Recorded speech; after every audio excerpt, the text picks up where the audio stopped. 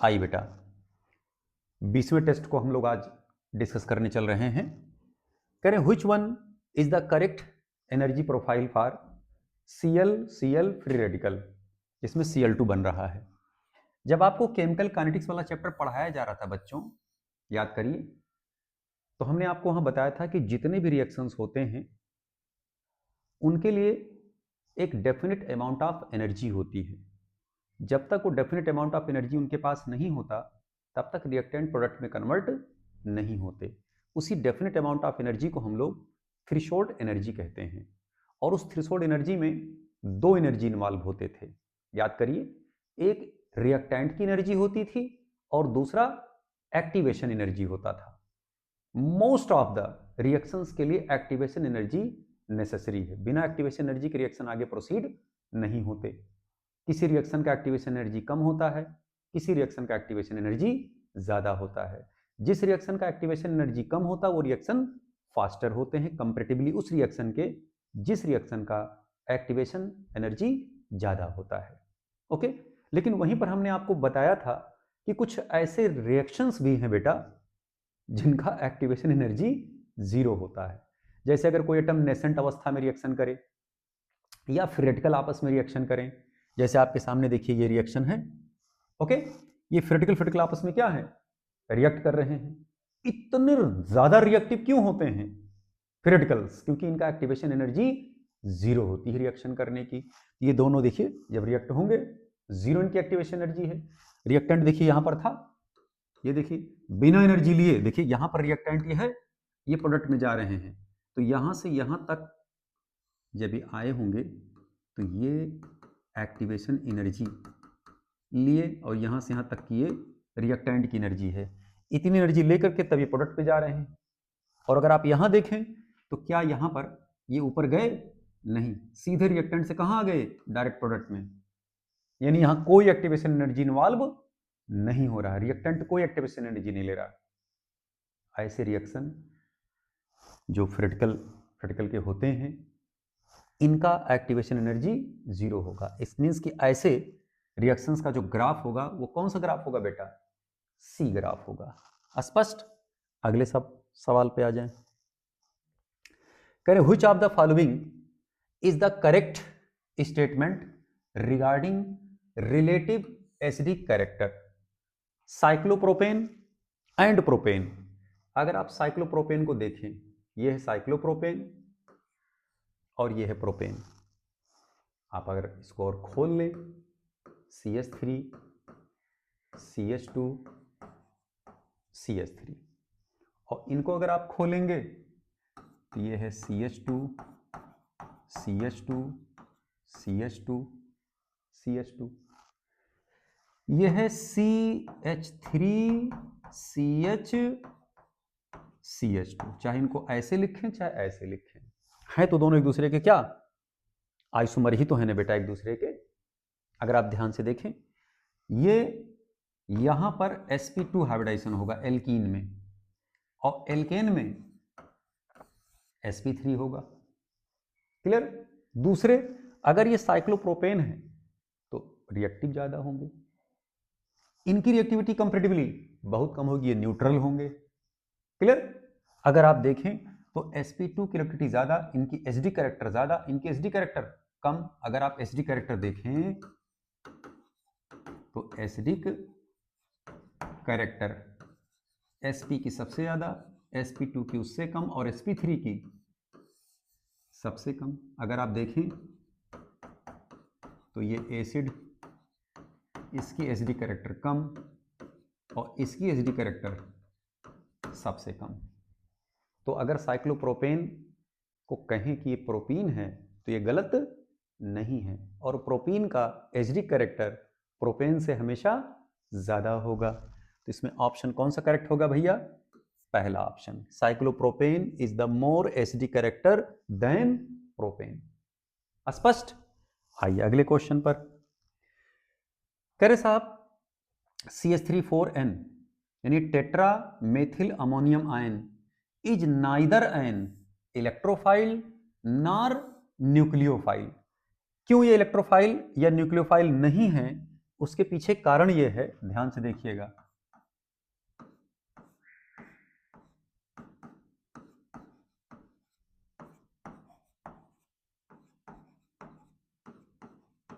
आप नाइट्रोजन को चेक करिए, अगर इसके ऊपर पॉजिटिव चार्ज है तो पहले 5 इलेक्ट्रॉन थे, अब 1 इलेक्ट्रॉन क्या कर दिए हैं, ये बाहर निकाल दिए हैं। 4 इलेक्ट्रॉन है और 4 बॉन्ड बना रखे हैं, टोटल क्या हो गया, ऑक्टेट इनका पूरा। तो जब इनका ऑक्टेट पूरा है, इनके पास लोन पेयर इलेक्ट्रॉन भी नहीं है, ऐसे केस में देखिए लोन पेयर इलेक्ट्रॉन इनके पास था, ऑक्टेट भी पूरा है और लोन पेयर इलेक्ट्रॉन भी इनके पास है, तो ये मॉलिक्यूल न्यूक्लियोफाइल है। लेकिन ये मॉलिक्यूल न्यूक्लियोफाइल नहीं होगा, ये आयन न्यूक्लियोफाइल नहीं होगा, क्योंकि लोन पेयर इलेक्ट्रॉन ही नहीं है, अवेलेबल इलेक्ट्रॉन अवेलेबल ही नहीं है, ऑक्टेट पूरा है नो डाउट। तो ऐसे स्पीसीज जिनका ऑक्टेट पूरा होता है, ना तो वो इलेक्ट्रोफाइल होते हैं, ना ही न्यूक्लियोफाइल। जैसे अगर आपसे कहा जाए कि अमोनियम आयन नाइदर इलेक्ट्रोफाइल नार nucleophile, sodium ion neither electrophile नार न्यूक्लियोफाइल, आपको लिखवाया गया था जब हम क्लास में पढ़ा रहे थे इलेक्ट्रोफाइल वाला टॉपिक, तो वहां पे आपको बताया गया था कि ऑल कैटायंस एक्सेप्ट, जितने कैटायंस सब इलेक्ट्रोफाइल होते हैं, किसको छोड़ करके, फर्स्ट एक कैटायन, सेकंड एक cation, aluminium ion, ammonium ion etcetera, ये सब इलेक्ट्रोफाइल नहीं होते हैं। तो इसमें देखिए ऑप्शन कौन सा करेक्ट होगा, पहले हम करें does not have electron pair for donation as well as can attract electron pair, गलत। करें neither has electron pair available for donation nor can accommodate electron since all shells of nitrogen are fully occupied. इसमें answer कौन सा correct हो जाएगा, second answer correct हो जाएगा। स्पष्ट, correct, can act as Lewis acid and base, ना तो एसिड है ना ये बेस है, मैं तो बाबा मजे में हूं, ऑक्टेट इनका कंप्लीट है। क्लियर, अगले क्वेश्चन पे आ जाएं। कह रहे which of the following is true, कह रहे साहब इसमें से कौन सत्य है। पहला कह रहे टर्सेरी ब्यूटा ऑक्साइड, पकड़िए जरा टर्सेरी ब्यूटा ऑक्साइड को,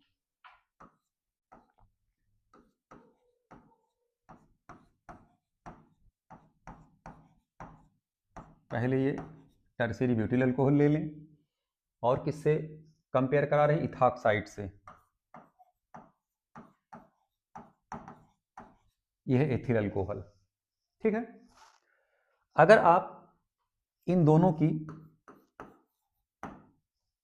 एसिडिक स्ट्रेंथ देखें, ठीक है बेटा, तो इनकी एसिडिक स्ट्रेंथ ज्यादा, इनकी कम होगी। अगर आप इनकी बेसिक स्ट्रेंथ देखें,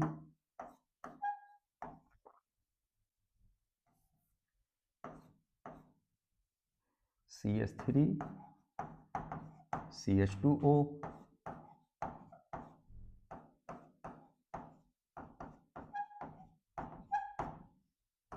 इनकी बेसिक स्ट्रेंथ ज्यादा। अगर आप इन दोनों में न्यूक्लियोफिलिसिटी देखें,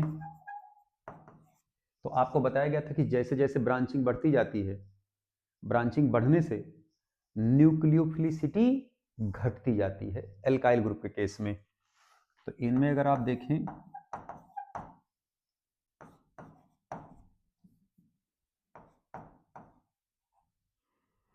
C2H5 CH3 CH2O negative,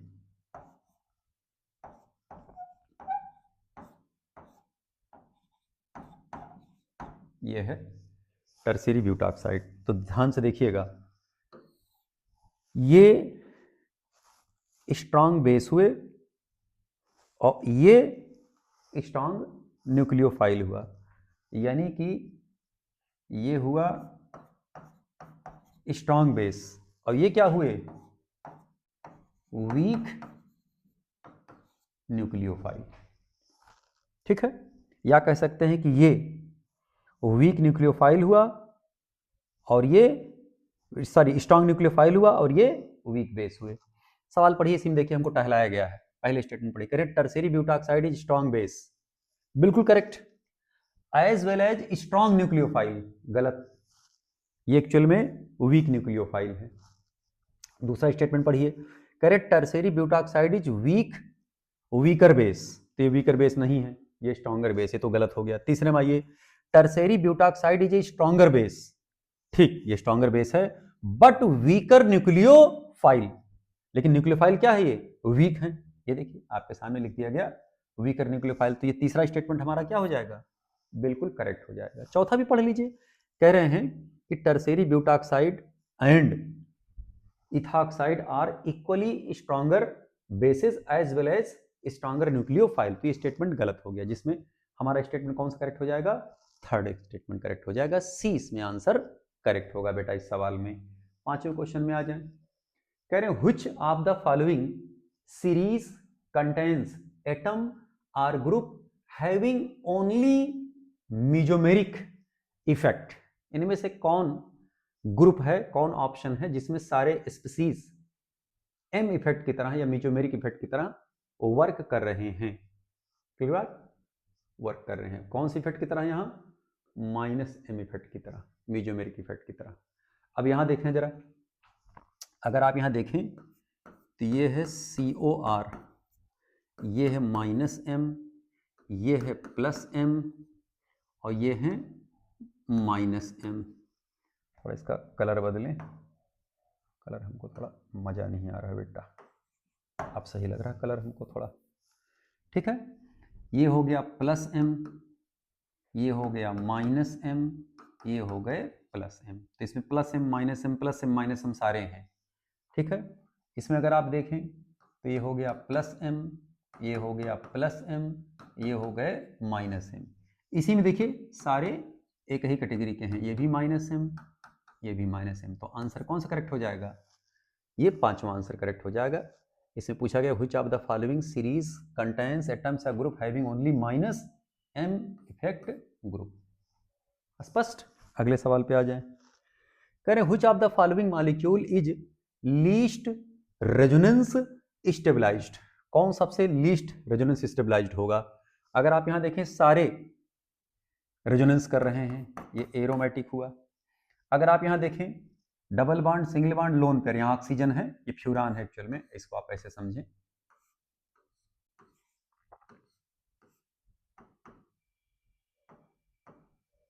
clear. ये देखना ये हेट्रोसाइक्लिक एरोमेटिक कंपाउंड है, यहां पर देखिए पिरिडीन है, इसको ऐसे बना दिया जा रहा है, ये देखना पिरिडीन है, ये भी हेट्रोसाइक्लिक एरोमेटिक कंपाउंड होते हैं। लेकिन क्या बताइए जरा, इनमें साइक्लिक कॉन्जुगेशन हो रहा है, नहीं साहब, क्यों साइक्लिक कॉन्जुगेशन नहीं हो रहा है, क्योंकि double bond single bond single bond double bond. अब देखिए तो यहाँ बाहर जा रहा है, बाहर से फिर अंदर आ रहा है, ओके।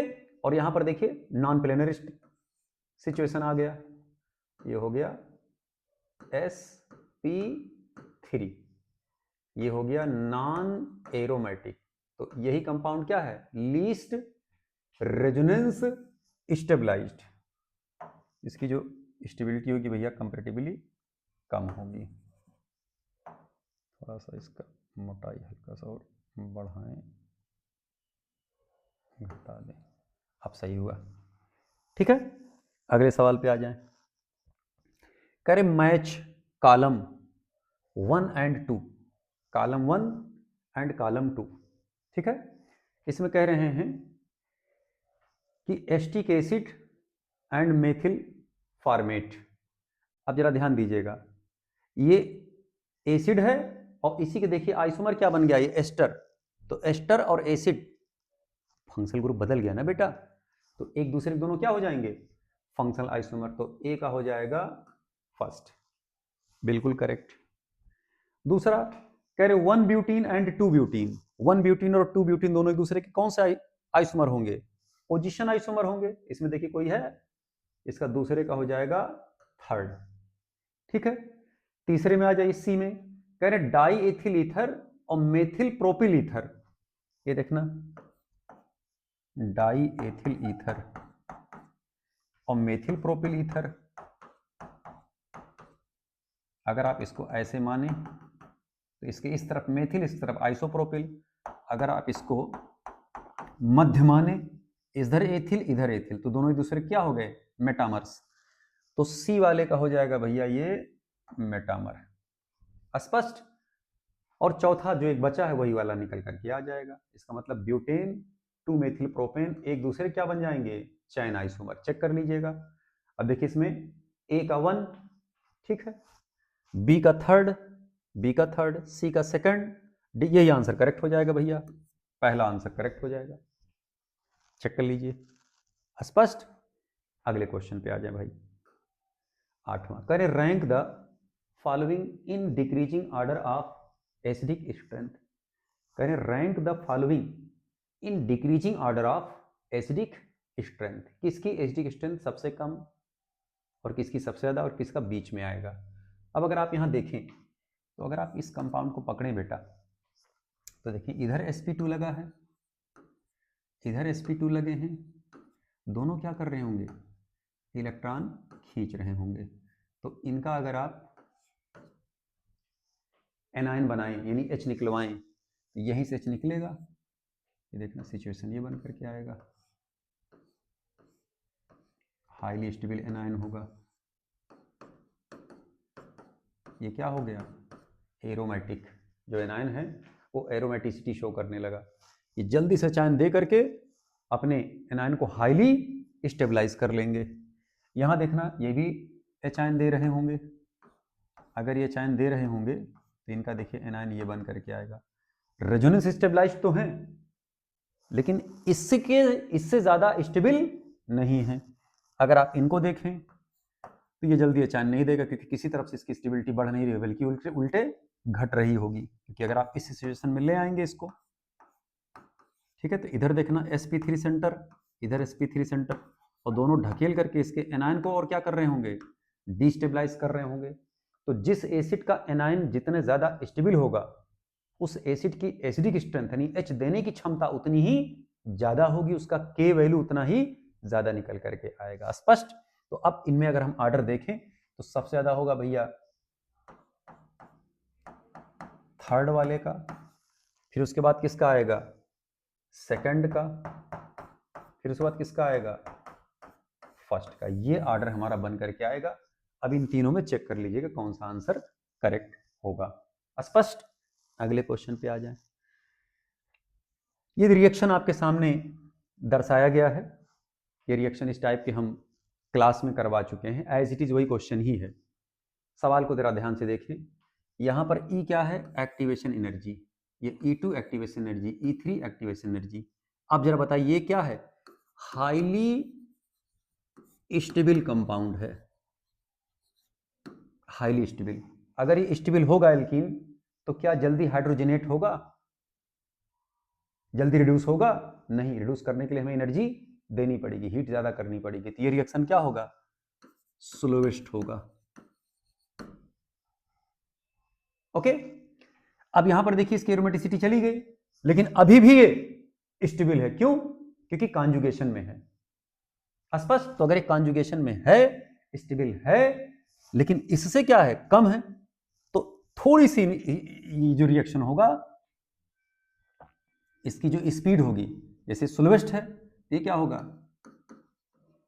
स्लोअर होगा, लेकिन स्लोवेस्ट नहीं होगा, स्लोअर होगा। और ये क्या होगा, थोड़ा सा स्पीड अप होगा। क्यों, क्योंकि ये तीनों में सबसे लीस्ट स्टेबल है। तो अगर लीस्ट स्टेबल होगा तो जाहिर सी बात इसका हाइड्रोजनेशन सबसे फास्ट होगा। स्पष्ट ही बातें। तो अब जरा देखना, इनकी सबसे स्पीड ज्यादा है और कम और कम, ठीक है। तो अब अगर हम एक्टिवेशन एनर्जी निकालें तो जिस रिएक्शन का जो स्टेप सबसे स्लोवेस्ट होगा उसका एक्टिवेशन एनर्जी सबसे ज्यादा होगा, उससे कम हुआ उससे कम होगा। क्यों, क्योंकि speed of reaction inversely proportional to क्या होगा, एक्टिवेशन एनर्जी के। स्पष्ट। तो यहां पर अगर आप देखें तो सबसे धीमा ये है तो सबसे ज्यादा एक्टिवेशन एनर्जी होगा E1 का, उससे तेज ये है तो इसका एक्टिवेशन एनर्जी और कम हो जाएगा। सबसे तेजी वाला स्टेप है तो इसकी एनर्जी सबसे मिनिमम हो जाएगी। जो स्टेप सबसे तेज होगा उसकी एक्टिवेशन एनर्जी सबसे कम निकल करके आएगा। तो ऑर्डर चेक कर लीजिए, E1 से कम E2, E2 से कम E3। इसमें तीनों में से देखिए 1, 2, ये वाला ऑप्शन करेक्ट हो जाएगा। क्लियर। आइए भैया जरा अगले सवाल पर। Which of the following compounds easily undergo homolytic bond fission? जहां पर इलेक्ट्रोनेगेटिविटी का डिफरेंस 0 हो, या दोनों एटम सेम हो, या पराक्साइड हो, या हाई टेम्परेचर हो, या कहीं से क्रिटिकल आ जाए, या एचन्यू या लाइट या अल्ट्रावायलेट रेज आ जाएं, ऐसे केसेस में होमोलिसिस होता है। अब आप यहां देखिए पराक्साइड यहां लगा हुआ है, यहां पर होमोलिसिस होना ही है, तो यही होगी होमोलिसिस की बॉन्ड फिशन। स्पष्ट। अगला केस देखें, कह रहे which of the following indicated hydrogen in the following is most acidic? कौन हाइड्रोजन सबसे ज्यादा एसिडिक इसमें होगा? अब अगर आप यहां ध्यान से देखें, इसका जो जब आप H यहां से निकालोगे तो H निकलते ही यहां क्या आ जाएगा? एनायन। ठीक है। अब ये एनायन सिर्फ इधर ही के द्वारा रेजोनेंस स्टेबलाइज्ड होगा एक तरफ से। अगर आप इसका H निकालें तो निकल तो जाएगा, एनायन बन तो जाएगा, लेकिन इस तरफ से देखिए ढकेलने वाले ग्रुप लगे, इस तरफ ढकेलने वाले ग्रुप लगे, तो इसके एनायन को क्या करेंगे और डिस्टेबलाइज कर देंगे, तो कहेगा भैया हमको H निकालना ही नहीं है। यहां तो H निकल सकता क्योंकि इधर से रेजोनेंस हो रहा है, और अगर इसके H निकालने की बात करी जाएगी, देखिए यहां निगेटिव आ जाएगा। ठीक है। अब यहां पर रेजोनेंस देखिए यहां पर भी हो रहा है, और यहां पर नाइट्रोजन के साथ रेजोनेंस हो रहा है। यहां पर कार्बन है जो इलेक्ट्रॉन को खींचेगा, और यहां पर नाइट्रोजन है, यह भी निगेटिव चार्ज के इलेक्ट्रॉन को खींचेगा। खींचने की शक्ति किसकी ज्यादा है? जिसकी इलेक्ट्रोनेगेटिविटी ज्यादा होगी। बताइए नाइट्रोजन की इलेक्ट्रिसिटी ज्यादा है या कार्बन की? नाइट्रोजन की। तो नाइट्रोजन पर निगेटिव चार्ज ज्यादा स्टेबलाइज करेगा कि कार्बन पर ज्यादा स्टेबलाइज करेगा? नाइट्रोजन पर करेगा। बोले तो इसकी स्टेबिलिटी क्या होगी? ज्यादा, इसलिए ये H जल्दी रिलीज होगा यहां से। तो अब अगर हम इस 11वें क्वेश्चन में आंसर की बात करें या ऑप्शन की बात करें कि भैया P, Z और X में कौन H ज्यादा एसिडिक होगा, तो भैया ये P वाला H ज्यादा एसिडिक होगा। इसमें चेक करिए कहीं पे P लगा है, यस, डी वाला आंसर करेक्ट हो जाएगा। स्पष्ट। अगले सवाल पे आ जाएं, करें in which of the following compounds is hydroxylic proton the most acidic? यानी किसका OH ग्रुप से H, किस हाइड्रोक्सिल ग्रुप का H जल्दी रिलीज होगा? अगर ये H निकलेगा तो यहां निगेटिव आएगा, ये H निकलेंगे तो यहां निगेटिव आएगा, ये H निकलेंगे तो यहां निगेटिव आएगा, ये H निकलेंगे तो यहां निगेटिव आएगा, यहां निगेटिव आएगा। स्पष्ट। अब आप चेक करिए किसका एनायन ज्यादा स्टेबल होगा। यहां देखिए F 1 2 3 4 2 नंबर पे लगा है। ठीक है। यहां पर अगर आप यहां देखें F तो कहीं नहीं लगा है। यहां देखिए F 1 2 3 नंबर पर लगा है। यहां देखिए F जस्ट 1 नंबर पर ही लगा है। तो F जितने स्ट्रांगर पावर रखेगा एनायन उसका, उतने ज्यादा स्टेबल होगा क्योंकि उसको पॉजिटिव चार्ज प्रोवाइड कर रहा होगा।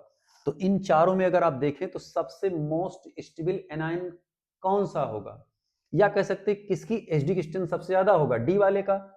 जिसकी एचडी डिस्टेंस सबसे ज्यादा होगा वही जल्दी H क्या करेगा? रिलीज करेगा।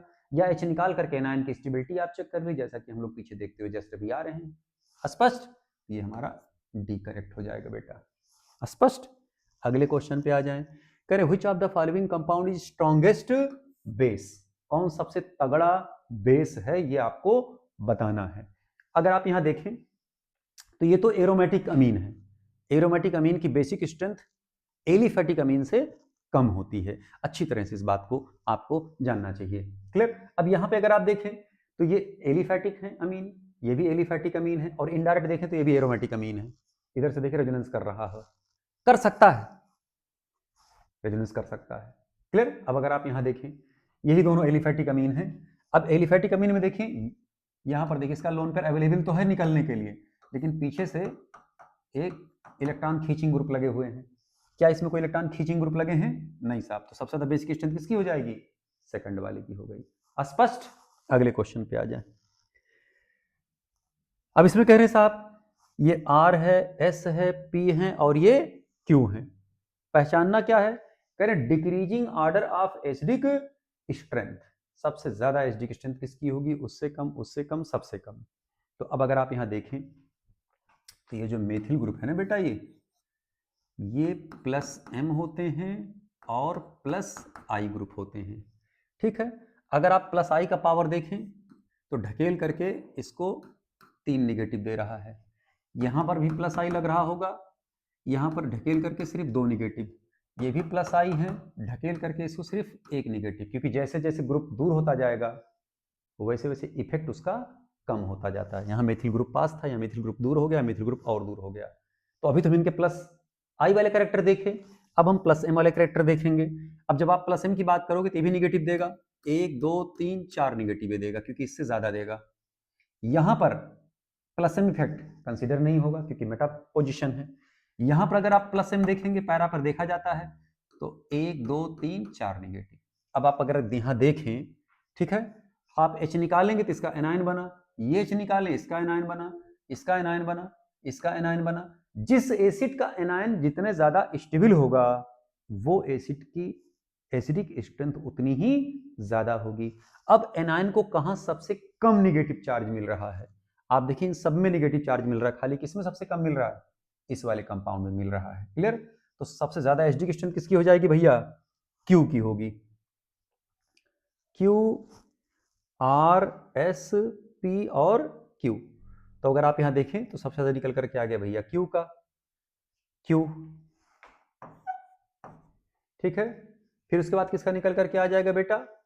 ये होगा एस का। फिर उसके बाद सबसे सबसे ज्यादा किसका निकल करके आएगा? ये क्यू का हुआ, फिर एस का हुआ, फिर उसके बाद पी का होगा, फिर उसके बाद किसका निकल करके आएगा भाई? आर का। Q S P R, check करिए भैया जरा। S Q P R, S Q P R, S Q R S, P Q R S, R S Q P, S Q R P, S Q P R. इसमें तो भाई गड़बड़ दे रहे हैं। क्यू एस पी आर कोई match ही नहीं कर रहा। एस क्यू पी आर,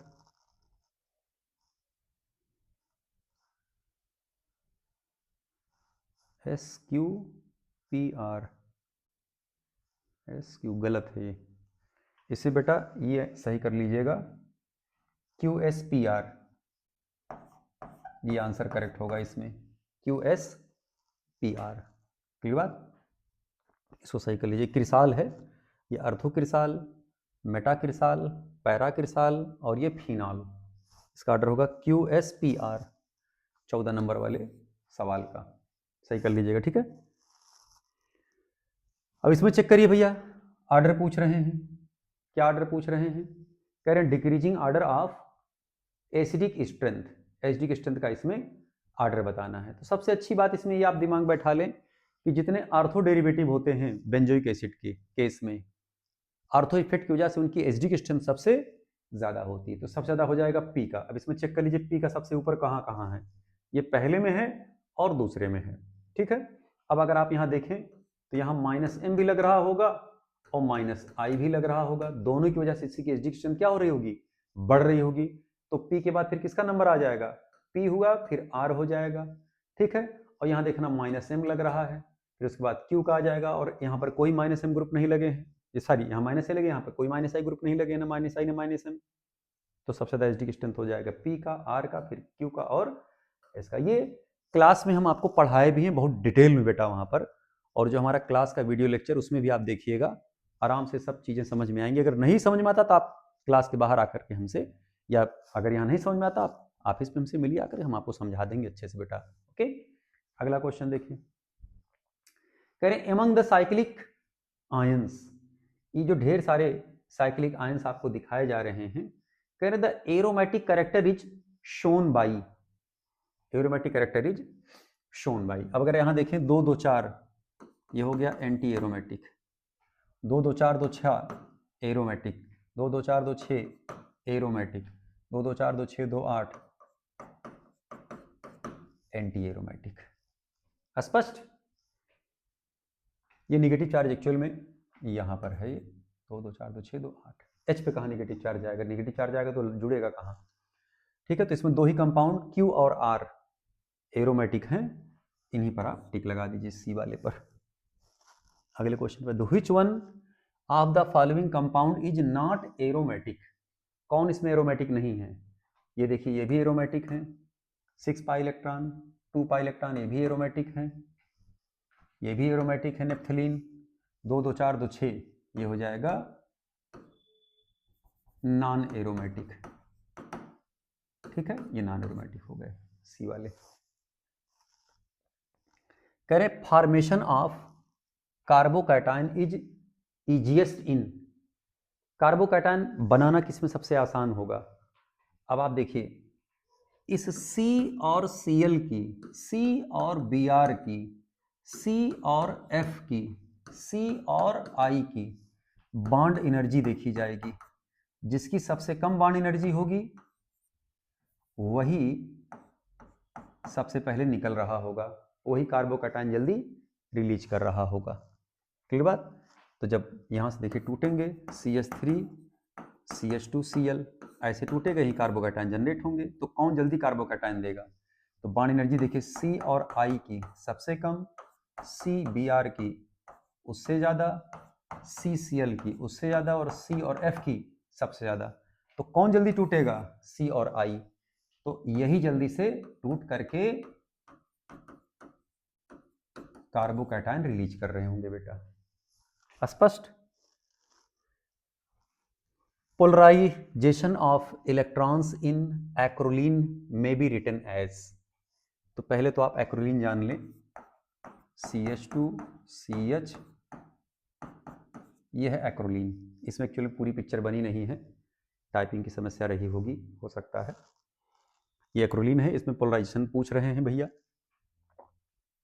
इसमें देखना, ऐसे नेगेटिव, ये ऐसे टूटा तो ये हो जाएगा CH2 प्लस, यहाँ माइनस माइनस, यहाँ हो जाएगा ये प्लस, ये हो जाएगा माइनस। बॉन्ड टूटा, जिस तरफ एरो होगा उधर नेगेटिव, पूंछ की तरफ पॉजिटिव। और ये नए स्टेप में क्या कर लेंगे, बॉन्ड बना लेंगे प्लस,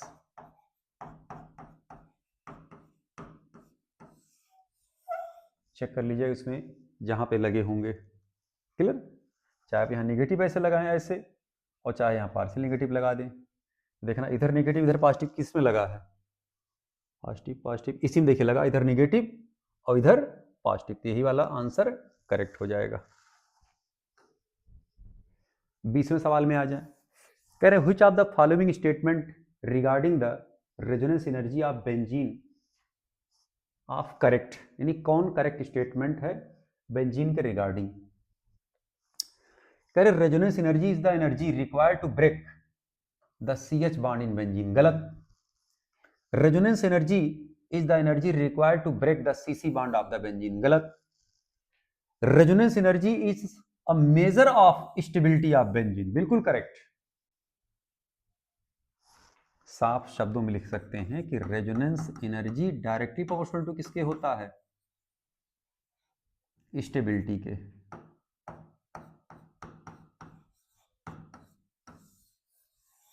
स्टेबिलिटी जितने ज्यादा होगी उसकी रेजोनेंस एनर्जी उतने ज्यादा होगी। तीसरा क्या है? Resonance energy is the energy required to convert. गलत। कन्वर्ट शब्द ही क्या है? किसी को कन्वर्ट करने के लिए रेजोनेंस एनर्जी नहीं चाहिए। कह रहे साहब इसको कन्वर्ट करने के लिए, इधर से इधर कन्वर्ट करने के लिए, इधर से इधर कन्वर्ट करने के लिए जो एनर्जी चाहिए उसको बोलते हैं एक्सचेंज एनर्जी। ध्यान दीजिएगा, उसे कहते हैं एक्सचेंज एनर्जी। कह रहे साहब resonance energy is the energy required to convert this form in this form. तो इससे इसमें और इससे इसमें कन्वर्जन को एक्सचेंज एनर्जी बोलते हैं, उसे रेजोनेंस एनर्जी नहीं करते। रेजोनेंस एनर्जी क्या होता है समझ लें। रेजोनेंस एनर्जी, जो रेजोनेंस हाइब्रिड होता है, जैसे कोई मॉलिक्यूल एक से अधिक लेविस डॉट स्ट्रक्चर में एग्जिस्ट करता है, ठीक है। अब उन मान लीजिए 3 स्ट्रक्चर में एग्जिस्ट कर रहा है, तीनों में से कोई एक सबसे स्टेबल स्ट्रक्चर होगा, वो सबसे स्टेबल कैनोनिकल स्ट्रक्चर कहलाता है। उसकी एनर्जी और प्लस तीनों एनर्जी का एक रेजोनेंस हाइब्रिड बनता है, उसकी एनर्जी, रेजोनेंस हाइब्रिड की एनर्जी और कैनोनिकल में से जो सबसे स्टेबल होगा उसकी एनर्जी का डिफरेंस, यही कहलाता है रेजोनेंस एनर्जी। और रेजोनेंस एनर्जी हमें क्या इंफॉर्मेशन देता है? मॉलिक्यूल के स्टेबिलिटी के बारे में।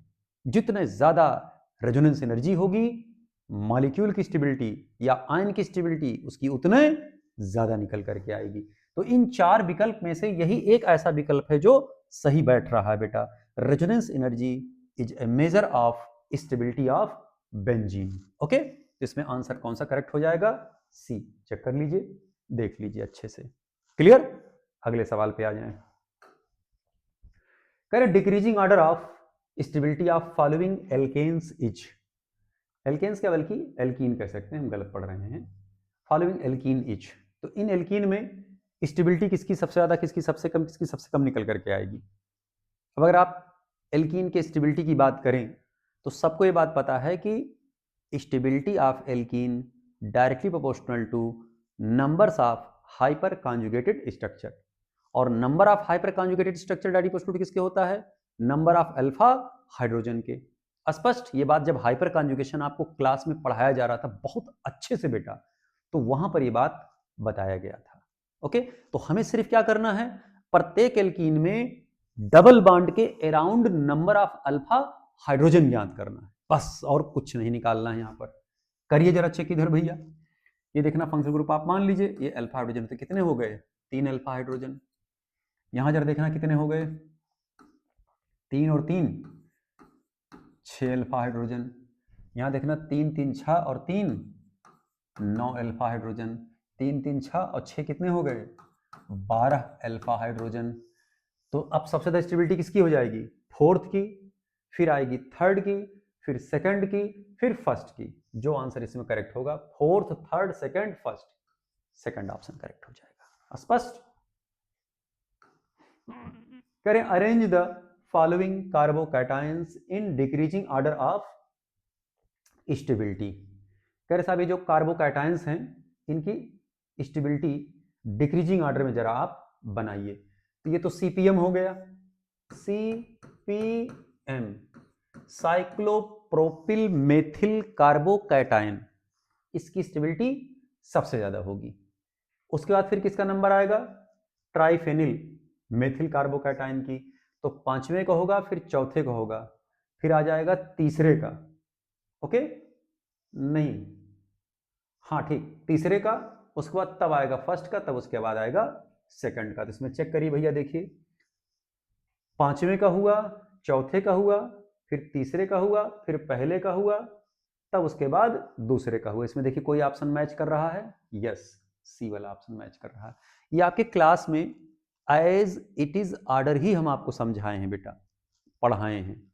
ओके, यहाँ पे कार्बोकैटायन की स्टेबिलिटी की बात करी गई थी। क्लियर? अगर और समझना है हमारे पास आइए, हम बैठे हैं बेटा आपको समझाने के लिए। क्लियर? कह रहे in a conjugated system resonance effect involves. Conjugated system में जो रेजोनेंस इफेक्ट इन्वॉल्व होता है उसमें होता क्या है? कह रहे साहब delocalisation of pi electrons along conjugated system. जैसे ये है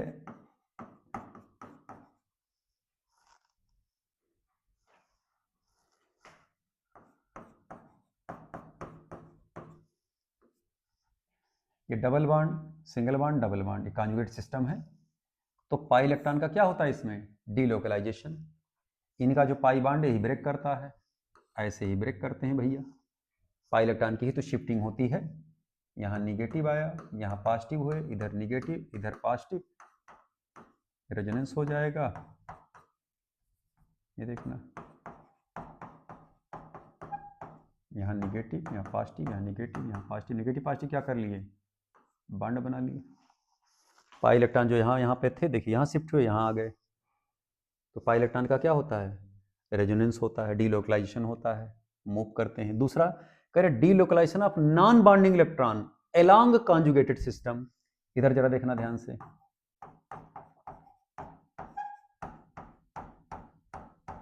ये कौन से इलेक्ट्रॉन है? लोन पेयर इलेक्ट्रॉन है, नॉन बॉन्डेड इलेक्ट्रॉन है, कॉन्जुगेटेड सिस्टम के अलोंग क्या कर रहे हैं? डीलोकलाइजेशन कर रहे हैं। तो ये भी करेक्ट हो जाएगा, ये भी करेक्ट हो जाएगा। क्लियर बात? लेकिन अगर आप इसमें ध्यान से देखें तो दोनों करेक्ट नहीं होगा। इसमें कह रहे delocalisation of pi electron along a conjugated system, और यहां कह रहे साहब डीलोकला, अच्छा ठीक है, ये भी करेक्ट, ये भी करेक्ट होगा, बिल्कुल सही, ये भी सही हो गए। ठीक है, तीसरा जरा पढ़ लीजिए, कह रहे delocalisation of non bonding electrons into an adjacent positively charge carbon atoms. ठीक है, अब इसका मतलब जरा तीसरे मतलब समझें। एक मिनट, हम मिटा क्यों दिए, इसको बना दे फिर से। ये देखना, ये तो आपको समझ में आया इस वाले से, ये ए वाले के सपोर्ट में हुआ, ये वाला बी वाले के सपोर्ट में हुआ। कह रहे साहब delocalisation of non bonding electron conjugated system में है। तीसरा कह रहे साहब delocalisation of non bonding electrons, ठीक है, into an adjacent positively charge carbon atom. जरा तीसरा समझें, ये देखना भैया, delocalisation of non bonding electron, जैसे मान लीजिए ये O है, CH3 है, ये नॉन बॉन्डिंग इलेक्ट्रॉन है, ठीक है, नॉन बॉन्डिंग इलेक्ट्रॉन है, और कह रहे हैं into an adjacent positively charge carbon, इसी के ठीक बगल में कार्बन कैसा है, पॉजिटिवली चार्ज है। तो यहां पर भी तो डीलोकलाइजेशन पाया जा रहा है। अगर आप देखें तो जब ये डीलोकलाइज होगा, इसका इलेक्ट्रॉन इसके साथ बॉन्ड बना लेगा बेटा। ये देखना, इसके ऊपर क्या आ गया, पॉजिटिव चार्ज आ गया। स्पष्ट? तो इसका मतलब तीनों सही होना चाहिए भाई, ए बी सी तीनों सही होना, इसका मतलब ऑल ऑफ दीज इसमें करेक्ट हो जाएगा। चेक कर लीजिए, कंफ्यूजन ना होइए बिल्कुल भाई। स्पष्ट? आइए 26 नंबर सवाल पे, कह रहे match column 1 with column 2, column 1 और कॉलम 2 को मैच कराइए भैया जरा। नॉन बेंजेनोइड कंपाउंड कौन से हैं भैया, नॉन बेंजेनोइड कंपाउंड जरा बताइए, जिसमें बेंजीन नहीं है। दूसरा कह रहे हैं एलिसाइक्लिक कंपाउंड, तीसरा कह रहे हैं बेंजेनोइड कंपाउंड, और चौथा कह रहे हैं हेट्रोसाइक्लिक एरोमेटिक कंपाउंड। तो हेट्रोसाइक्लिक एरोमेटिक कंपाउंड तो देखिए पहले तो ये हो जाएगा, इसमें सल्फर लगे हैं, थायोफीन है ये, ठीक है। बेंजेनोइड कंपाउंड में आपका ये हो जाएगा, एलिसाइक्लिक कंपाउंड में आपका ये हो जाएगा, एलिसाइक्लिक कंपाउंड है, ठीक है। और कह रहे हैं नॉन बेंजेनोइड कंपाउंड 2 2 4 2 6, ये भी रेजोनेंस कर रहे हैं। इधर देखना जरा,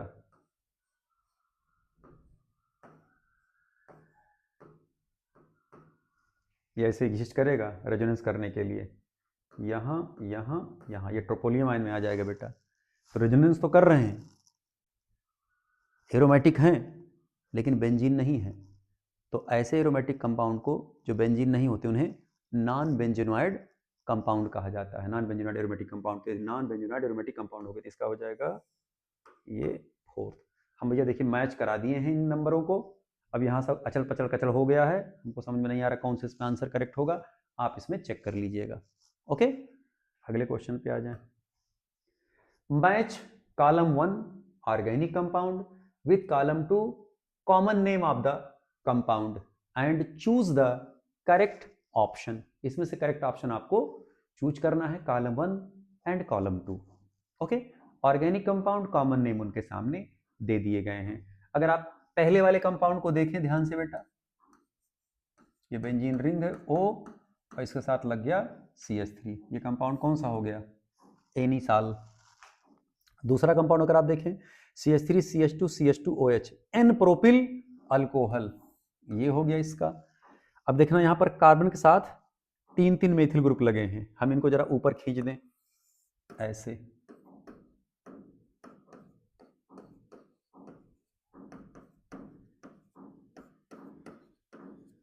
कितने टोटल कार्बन है 5, और सेकंड लास्ट कार्बन पर 2 मेथिल ग्रुप लगे हैं, तो इन्हें हम क्या कहेंगे, नियोपेंटेन। तो इन्हें क्या कहा जाएगा, नियोपेंटेन। तो इस वाले का ये मैचिंग करेगा।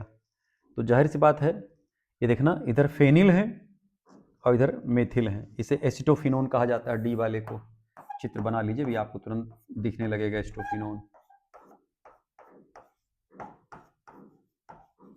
ये एसिटो ग्रुप है, इसमें फीन लग गए, फीन के साथ ऑन लगे हैं, नाम क्या हो गया, एसिटोफिनोन।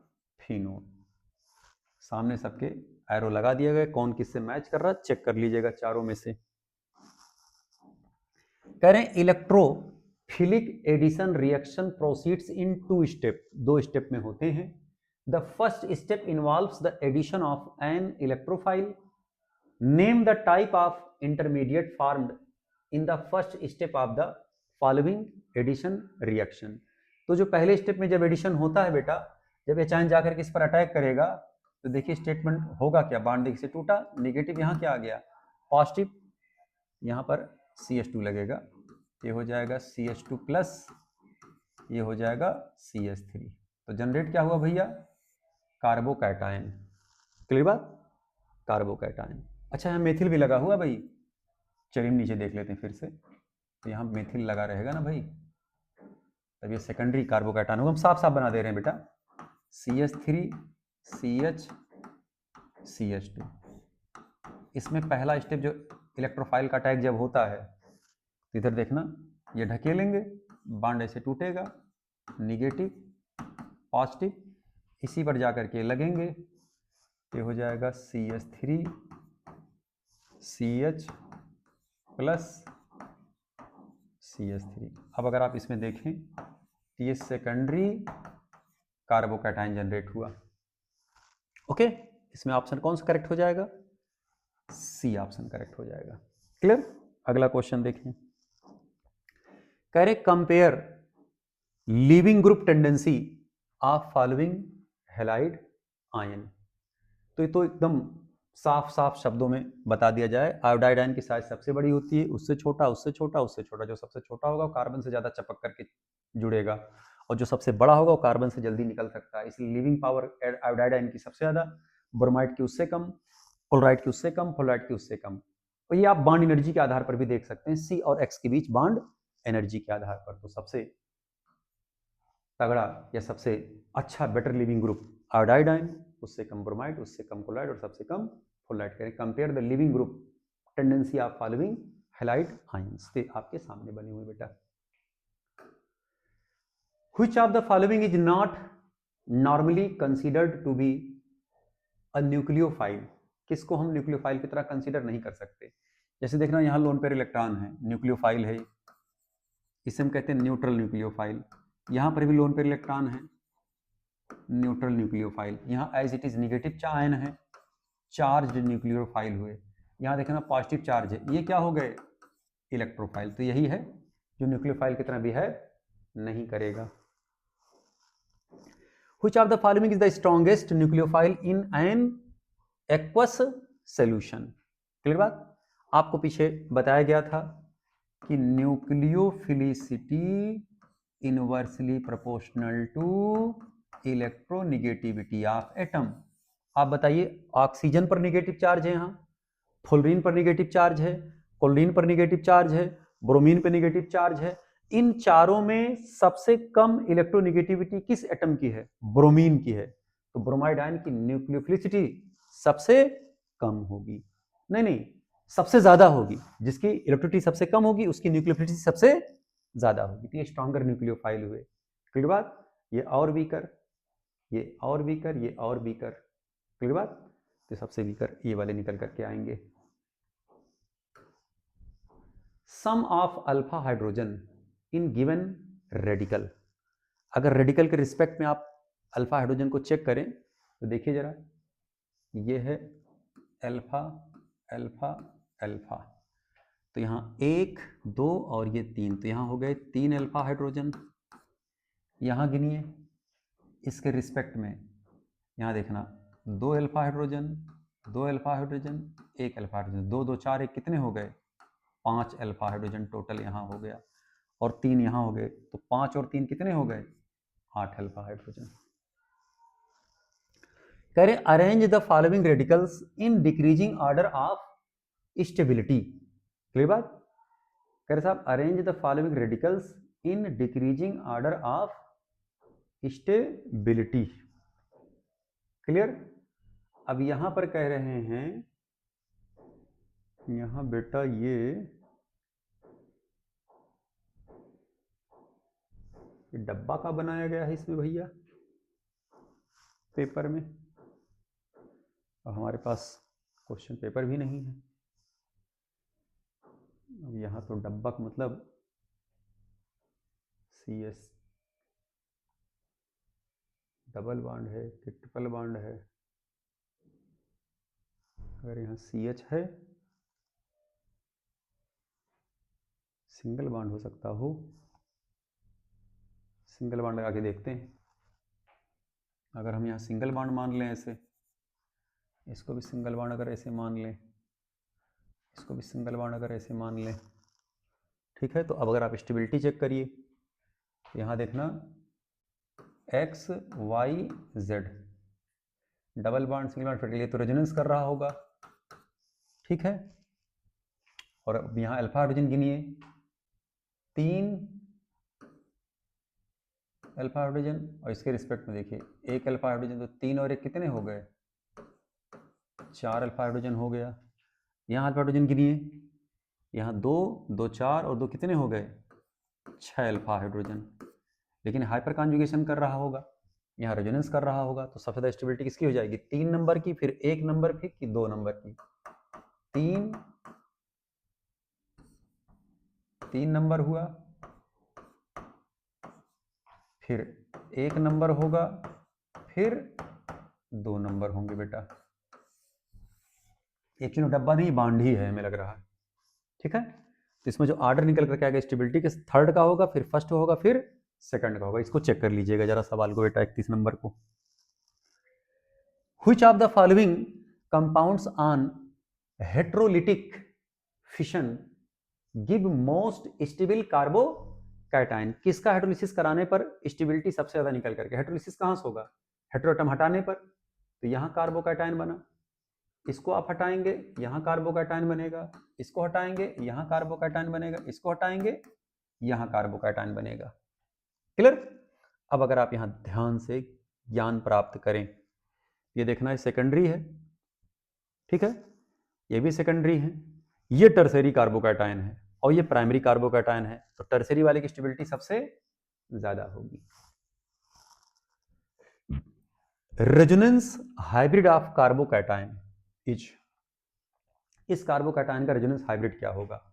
तो अगर आप इसका रेजोनेंस हाइब्रिड बनाएं तो जरा देखना ध्यान से भैया, इस पे पॉजिटिव चार्ज इलेक्ट्रॉन खींचेगा, जब इलेक्ट्रॉन खींचेगा बेटा, यह CH2 प्लस, यहाँ आएगा माइनस, ठीक है, यहाँ आया प्लस, और ये माइनस प्लस क्या कर लेंगे? बॉन्ड बना लेंगे भैया। ये देखना बॉन्ड बना लिए, तो पॉजिटिव चार्ज यहाँ आया, फिर अगले स्टेप में क्या होगा? ये फिर इधर इलेक्ट्रॉन खींचेगा, तो इसका जो अगला बन करके आएगा बेटा, यहाँ पॉजिटिव चार्ज आएगा, फिर अगला फिर ये खींचेगा इधर, और जब इधर खींचेगा तो बॉन्ड देखिए, जिस इधर खींचेगा तो बॉन्ड इधर फिर टूट जाएगा। तो अगले स्टेप में होगा क्या? अभी इसको रेजोनेंस बाद में कराएंगे, यहाँ पॉजिटिव आ जाएगा, यहाँ यहाँ, ठीक है। और फिर अगला स्टेप फिर जब बनेगा तो देखना ये बन करके आएगा।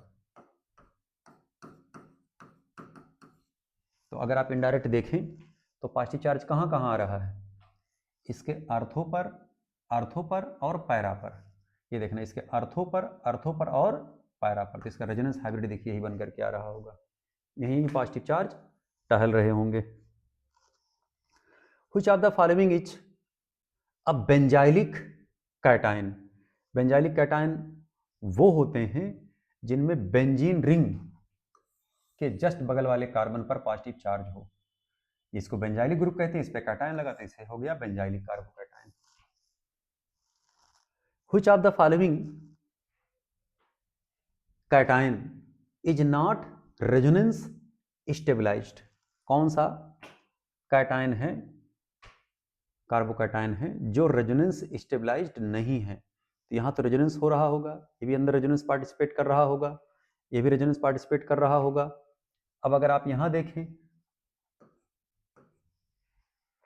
अब जरा ध्यान दीजिएगा, इसके बेटा अर्थों पर बल्कि ग्रुप लग गए हैं, तो ये बल्कि ग्रुप क्या कर रहे होंगे? इसको ढकेल रहे होंगे। तो अब ये दोनों एक प्लेन में नहीं है।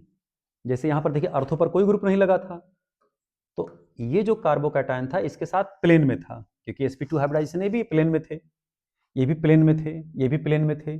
तो प्लेन में होने की वजह से ये सब कैटायनिक चार्ज बेंजीन रिंग के साथ रेजोनेंस में पार्टिसिपेट कर रहे थे, लेकिन यहाँ बल्कि ग्रुप लगे होने की वजह से क्या कर देंगे? ढकेल देंगे। तो जब ढकेलेंगे बेटा, अगर आप देखें, देखिए ऐसे है ना ये, तो अब ये जो ग्रुप है ऊपर जो कार्बोकेटायन लगा, ये अपना प्लेन बदल लेगा। जब ये अपना प्लेन बदल लेगा बेटा, तो क्या अब ये जब प्लेन नहीं, उस प्लेन में नहीं, प्लेनर नहीं है, तो क्या इसके इलेक्ट्रॉन अंदर जाएंगे रेजोनेंस करने? नहीं।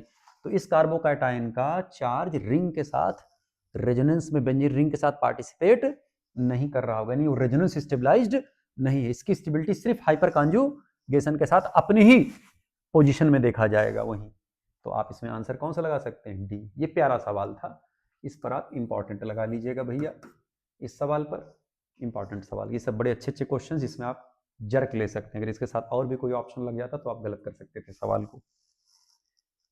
कह रहे which carbocation is most stable, इन सब में कौन कार्बोकैटायन सबसे ज्यादा स्टेबल होगा? अल्फा एच गिनिए फटाफट। यहां देखना, इसके पास एक हाइड्रोजन, दो, एक तीन, और इधर एक चार, इसके पास 4 अल्फा हाइड्रोजन हो गए। इस कार्बोकैटायन के रिस्पेक्ट में अगर आप देखेंगे, यहाँ देखना 2 और एक ये 3 अल्फा हाइड्रोजन। यहाँ अगर आप गिने तो देखिए 3 3 6 और ये 2 8 अल्फा हाइड्रोजन, 8 अल्फा हाइड्रोजन। 3 इधर लगे, CH3 है, इधर CH3 है और इधर CH2 है, तो 2 H यहाँ लगा होगा जो दिख नहीं रहा है। तो 3 3 6 2 8 अल्फा हाइड्रोजन। यहाँ गिनिए, यहाँ देखिए एक भी नहीं है, क्योंकि इस कार्बन से सारे ग्रुप आपको दिख रहे हैं बांड। 2 2 4 alpha hydrogen. इसमें सबसे ज्यादा स्टेबल कौन सा हो जाएगा? सी वाला हो जाएगा। स्पष्ट?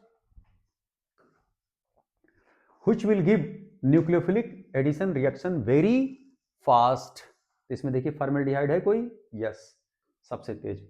न्यूक्लियोफिलिक एडिशन रिएक्शन के प्रति हम रिएक्टिविटी क्लास में आपको लिखवाए थे। सबसे ज्यादा फॉर्मेल्डिहाइड होता है, फिर उसके बाद किसका नंबर आएगा भैया? एस्टल्डिहाइड का। फिर उसके बाद यहाँ किसका नंबर आएगा? इन तीनों में एसीटोन का। वैसे हम जनरल ऑर्डर आपको जो लिखवाए थे, यहाँ तो हम तीनों ऑर्डर बना रहे हैं। जो जनरल ऑर्डर लिखवाए थे आपको, ये था फॉर्मेल्डिहाइड, फिर उसके बाद अदर एल्डिहाइड, फिर उसके बाद एरोमेटिक एल्डिहाइड, फिर उसके बाद एसीटोन, फिर उसके बाद अदर कीटोन, और फिर उसके बाद एरोमेटिक कीटोन। एक ऑर्डर आपको लिखवाया गया था बेटा ये। स्पष्ट? तो ये सब जनरल बातें हैं, याद रखने योग्य बात। इसमें फॉर्मेल्डिहाइड सबसे तेज न्यूक्लियोफिलिक एडिशन रिएक्शन दे रहा होगा। Which will react with H। अच्छा, इसमें भैया जिसके समझ में नहीं आया होगा वो एक बार वीडियो देखे, तब भी ना समझ में आए, फिर हमारे पास आए, हम उसको एकदम अच्छे से फिर से एक एक करके एकदम स्टेप बाय स्टेप समझा देंगे। ये पूरी पिक्चर वहां चलेगी। कह रहे व्हिच विल रिएक्ट विद, क्योंकि यहां पर बेटा हम लोग सिर्फ पेपर का डिस्कस करने चल रहे हैं और पेपर का डिस्कशन कर रहे हैं। अगर ज़्यादा समझ आएंगे तो खुद वीडियो बहुत लंबी हो जाएगी बेटा। क्लियर बात? इसलिए बहुत शॉर्ट में इन चीज़ों को समझा रहे हैं, ताकि आपके क्वेश्चन से हिंट के रूप में आपको प्राप्त हो जाएं जवाब उनके, और आप तुरंत क्लिक कर जाए आपका ब्रेन उस सवाल पर। कह रहे साहब which will react with HCl very slowly, HCl के साथ कौन सबसे धीमी गति से रिएक्शन कर रहा होगा? HCl से रिएक्शन करने का मतलब कि एल्कीन के इलेक्ट्रोफिलिक एडिशन रिएक्शन के प्रति रिएक्टिविटी देखी जा रही है। ठीक है, तो अब जब रिएक्शन करेंगे, ध्यान दीजिएगा, तो इधर निगेटिव इधर पॉजिटिव, इस पर H पहला अटैक करेगा, ये हो जाएगा CH3 CH2+। इन सब के हमें क्या देखने हैं? कार्बोकैटायन की स्टेबिलिटी। जब इलेक्ट्रोफिलिक एडिशन रिएक्शन होता है उसमें पहला स्टेप क्या होता है? इलेक्ट्रोफाइल का अटैक। इलेक्ट्रोफाइल अटैक करने के बाद वो सोलर स्टेप होता है, उसमें जो इंटरमीडिएट बन करके आते हैं, उन्हीं इंटरमीडिएट की हमें क्या देखनी बेटा? स्टेबिलिटी चेक करनी है। तो इनका ये बनेगा। अब यहाँ देखना जरा, यहाँ प्लस H लग करके आएंगे, CH3 CH प्लस CH3। इसमें अगर आप चेक करें, बांड ऐसे टूटा, निगेटिव यहाँ प्लस, तो हो जाएगा C। ये जो डब्बा है एक्चुअल में बांड है, वो ये हमारे पैनल की गड़बड़ी है भैया। ये टर्सरी कार्बोकैटायन हुआ। अब आप बताइए इन तीनों में सबसे ज्यादा स्टेबिलिटी किसकी है? इनकी। उससे कम किसकी है? इनकी। और सबसे कम किसकी है? इनकी। तो जिसकी स्टेबिलिटी सबसे कम होगी उसकी रिएक्टिविटी भी सबसे धीमी होगी। क्यों? क्योंकि more stable intermediate form, major product और रिएक्शन की, ऑर्गेनिक रिएक्शन की जो स्पीड होती है या इलेक्ट्रोफिलिक एडिशन रिएक्शन की जो स्पीड होती है directly proportional to stability of carbocation. जिस कार्बोकैटायन की स्टेबिलिटी सबसे कम, उसकी रिएक्टिविटी सबसे धीमी उस मॉलिक्यूल की। तो सबसे धीमा कौन रिएक्शन कर रहा होगा? ये। उससे तेज ये, और सबसे तेज ये कर रहे होंगे, क्योंकि इनका कार्बोकैटायन इंटरमीडिएट सबसे ज़्यादा स्टेबल बन रहा होगा बेटा। तो फिलहाल जो हमारे पास सवाल पूछा गया, वेरी स्लोली कौन रिएक्शन कर रहा होगा? तो पहला वेरी स्लोली कर रहा होगा। In nucleophilic addition reaction of aldehyde और ketone the intermediate formed will be. जब न्यूक्लियोफिलिक एडिशन रिएक्शन होता है भैया, जैसे मान लीजिए ये है कंपाउंड है, इस पर हम न्यूक्लियोफाइल अटैक कर रहे हैं। पहला अटैक न्यूक्लियोफाइल का ही होगा। न्यूक्लियोफिलिक एडिशन यही स्टेप स्लो होता है। बॉन्ड यहीं से टूटा, निगेटिव यहाँ क्या आया? पॉजिटिव। यहाँ लग गया Cn, यहाँ लग गया O माइनस। यही इंटरमीडिएट बन करके आता है। जरा बताइए, क्या एक कार्बो एनायन है या कार्बन आयन है? अगर निगेटिव चार्ज कार्बन के ऊपर होता तो हम कार्बन आयन बोलते। ये कार्बन आयन नहीं है, ना कार्बो एनायन है। स्पष्ट? ये सिर्फ एनायन है, निगेटिव चार्ज ऑक्सीजन के ऊपर है।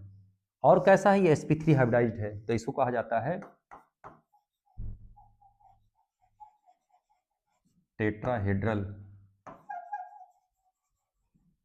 Anion intermediate.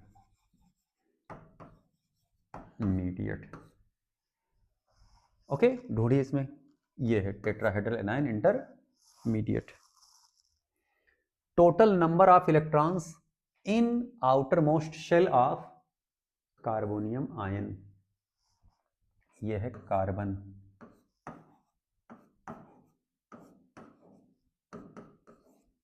यही तो है। 2 2 4 2 6 6 इलेक्ट्रॉन है भैया कार्बोनियम आयन के। Which statement is correct? Correct कौन स्टेटमेंट इसमें करेक्ट है? पहला करें, ortho para directing nature of alkyl group is due to hyperconjugation. Check करिए जरा।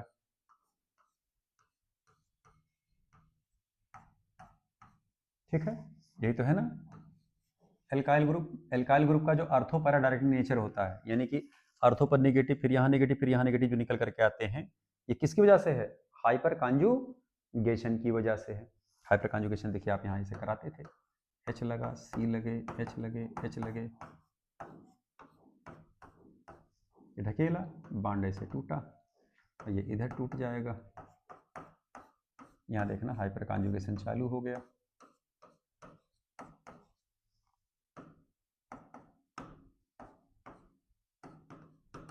ये निगेटिव पॉजिटिव क्या कर लेंगे आपस में? बॉन्ड बना लेंगे। ये देखना बना। तो ये जो एल्काइल ग्रुप का आर्थो पैरा डायरेक्टिंग नेचर है या एक्टिवेटिंग पावर है या एक्टिवेटिंग नेचर है, ये ड्यू टू क्या है? Hyper conjugation. तो पहला स्टेटमेंट तो करेक्ट हो गया। ठीक है, दूसरे में क्या करें? The Meta directing nature of CF3, ये F हैं, ये F हैं, ये F हैं। ठीक है, यहाँ पर भी देखिए हाइपर कॉन्जुगेशन होता है। इलेक्ट्रिसिटी है इसकी ज़्यादा, तो बॉन्ड ऐसे खींचेगा, बॉन्ड ऐसे टूट जाएगा। अब देखना हाइपर कॉन्जुगेशन यहाँ पर हो रहा है, लेकिन यहाँ पर नॉर्मल हाइपर कॉन्जुगेशन नहीं बेटा, ये रिवर्स हाइपर कॉन्जुगेशन, उल्टा चल रहा है। यहाँ प्लस हो जाएगा, यहाँ निगेटिव, यहाँ निगेटिव, यहाँ प्लस, और यहाँ देखना निगेटिव पॉजिटिव क्या कर लेंगे? बॉन्ड बना लेंगे। यहाँ देखना अर्थों पर क्या आ गया? पॉजिटिव, फिर यार पॉजिटिव यहाँ आएगा, फिर पॉजिटिव आएगा। तो कह रहे साहब मेटा डायरेक्टिंग नेचर। अब यहाँ पर जो कोई भी अटैकिंग इलेक्ट्रोफाइल अटैक करेगा, ये न्यूक्लियोफाइल इलेक्ट्रोफाइल अटैक करेगा, वो कहाँ? मेटा पोजीशन पे तो अटैक करेगा, और यहाँ कहाँ अटैक करेगा? अर्थो और पैरा पर। तो ये जो एल्काइल ग्रुप का आर्थो पैरा नेचर होता है, ये हाइपर कॉन्जुगेशन की वजह से, और जो CX3 का होता है due to reverse hyperconjugation की वजह से। तो इसमें दोनों स्टेटमेंट करेक्ट, इसलिए इस पे आंसर कौन सा करेक्ट हो जाएगा भैया? बोथ। क्लियर? अगले सवाल पे आ जाएं। कह रहे which of the following is ionic in nature. अब अगर आप यहां ध्यान से देखें, आयनिक इन नेचर का मतलब क्या हुआ? कि ये जो ब्रोमीन इस रिंग के साथ आप बॉन्ड बना रहे हैं, ये एक्चुअल में कोवेलेंट नहीं है, ये बॉन्ड टूट जाता है। क्यों टूट जाता है? जरा देखना ध्यान से।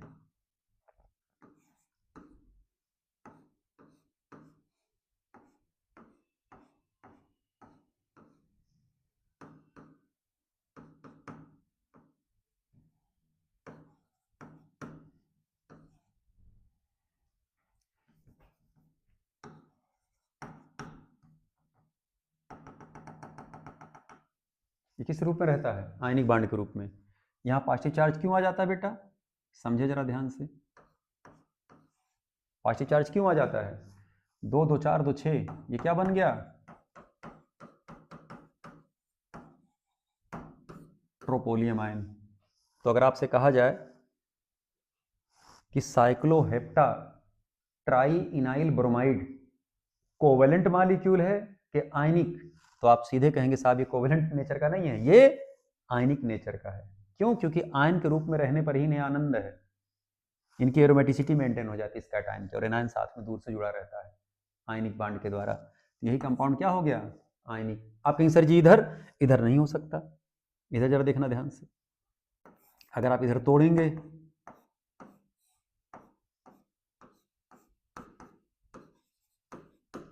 ये क्या बन गया? Anti aromatic. तो क्या इधर आना चाहेगा? नहीं। अब अगर आप सोचें कि नहीं सर जी हम इधर बांड तोड़ दें तो ये एरोमेटिक हो जाएगा और ये Br+ हो जाएगा, तो ब्रोमीन इलेक्ट्रोनिगेटिव एलिमेंट है, कार्बन से इसकी इलेक्ट्रिसिटी क्या है? ज्यादा है, तो क्या वो पॉजिटिव रखना चाहेगा? नहीं साहब, तो जैसे है वैसे पड़ा रहेगा, इधर नहीं आएगा। अगर दोनों में पूछा जाए कौन कंपाउंड आयनिक है, तो सेकंड वाला आयनिक है। ये भी इंपॉर्टेंट क्वेश्चन भैया, ये दिमाग बैठा लीजिएगा, यहाँ गलतियां आप कर सकते हैं। अगला क्वेश्चन, कर द करेक्ट स्टेटमेंट इज या आर। करे साहब बताइए इसमें कि कौन करेक्ट स्टेटमेंट है। करें साइक्लोब्यूटा डाइइन इज एंटी एरोमेटिक, तो पहले साइक्लोब्यूटाडाइन बनाएं।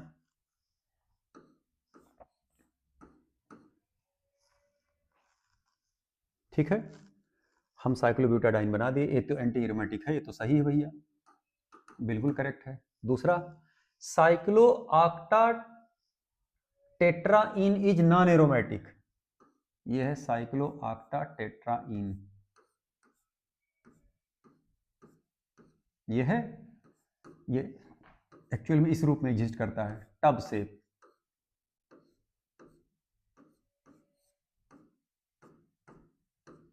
तो मॉलिक्यूल कैसा हो गया?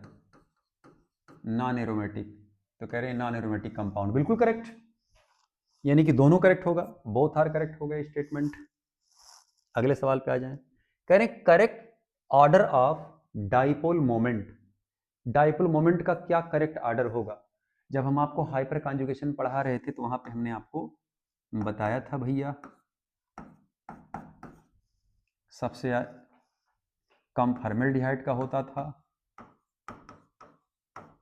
उससे ज्यादा एस्टल्डिहाइड का होता था, उससे ज्यादा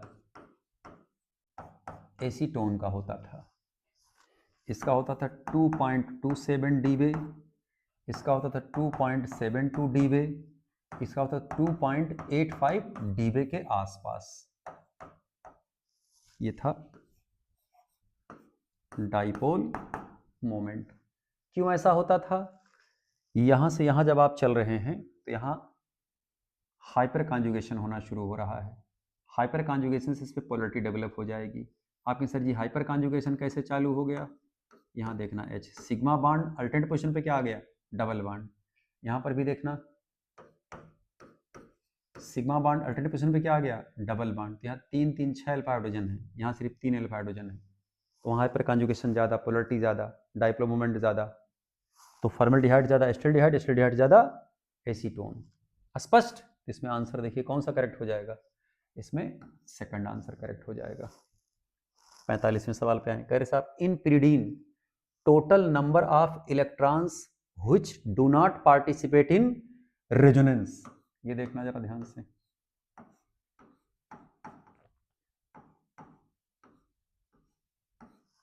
कह रहे टोटल नंबर ऑफ इलेक्ट्रॉन्स, तो ये पार्टिसिपेट कर रहे हैं, ये पार्टिसिपेट कर रहे हैं, ये पार्टिसिपेट कर रहे हैं। ठीक है, अब अगर आप नाइट्रोजन का देखें, यही नाइट्रोजन का ही तो पार्टिसिपेट नहीं कर रहे हैं, तो यहाँ पर एक minute, total number of electron दिया गया, टोटल नंबर ऑफ लोन पे इलेक्ट्रॉन नहीं दिया गया है।